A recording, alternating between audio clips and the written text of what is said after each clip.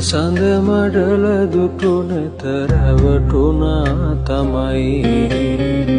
කිමද මේ තරම් මේ ගැන හිනහෙන්නට කාරණා මුණ රතු වෙලා දෙනතින් කඳුළු පනින තුරු වැලියට ඔහොම හිනා වෙනකොට උඹ ලස්සනයි උමා ඔහොම හිනා වෙනකොට උඹ ලස්සනයි උමා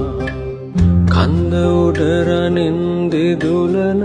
කන්ද කදිර දේවාල අපිට පිට වෙයි කියලා හිතනවද උමා